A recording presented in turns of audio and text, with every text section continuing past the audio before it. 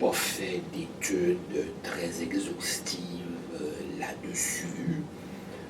Tout ce que je peux vous dire, c'est que moi, qui ai souvent pris la parole sur toutes sortes de sujets au cours des dernières années, jamais personne ici m'a fait de remontrances sur le contenu de mes opinions, ni même sur le simple fait de les exprimer.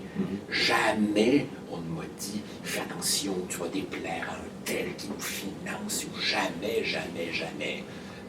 Remarquez, c'est possiblement la beauté d'une grande institution comme la nôtre. Peut-être que dans un département de 15-20 profs, on se surveillerait tous un peu davantage, comme des gens sur une petite chaloupe, là, hein, dans un grand paquebot comme ici. Mes collègues, ils se foutent complètement de l'opinion d'un tel dans le journal, et c'est très bien ici.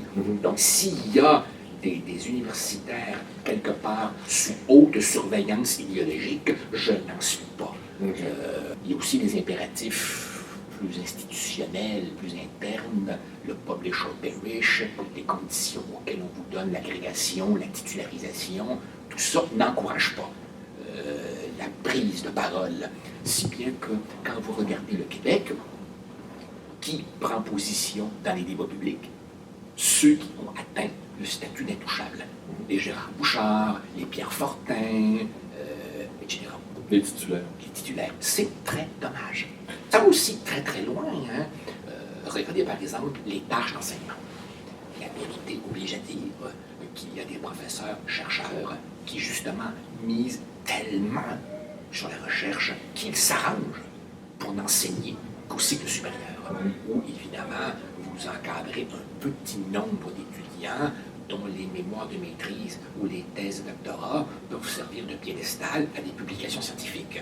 Ben, je rappelle respectueusement que dans les plus grandes universités au monde, on impose l'obligation à des professeurs nobelisés d'enseigner encore au premier cycle.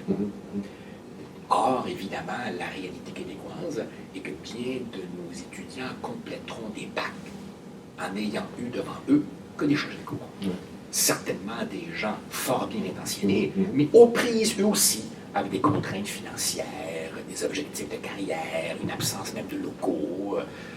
Alors, oui, il y a un certain nombre d'évolutions qui, je crois, sont porteuses d'inquiétude.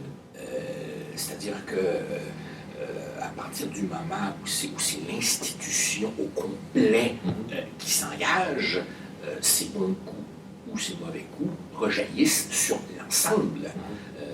Tandis que si c'est du chacun pour soi, ben, chaque collègue assumera ses responsabilités et les conneries de l'un n'entacheront pas nécessairement tous les autres.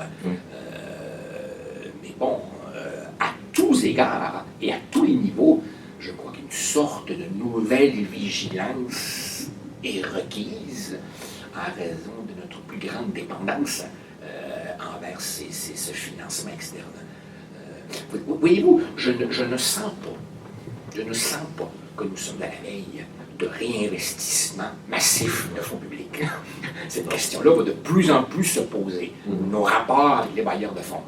Et je sens qu'on tâtonne, qu'on improvise. Ce qui est un petit peu normal, hein, parce qu'il n'y a pas de cas pareil. Oui.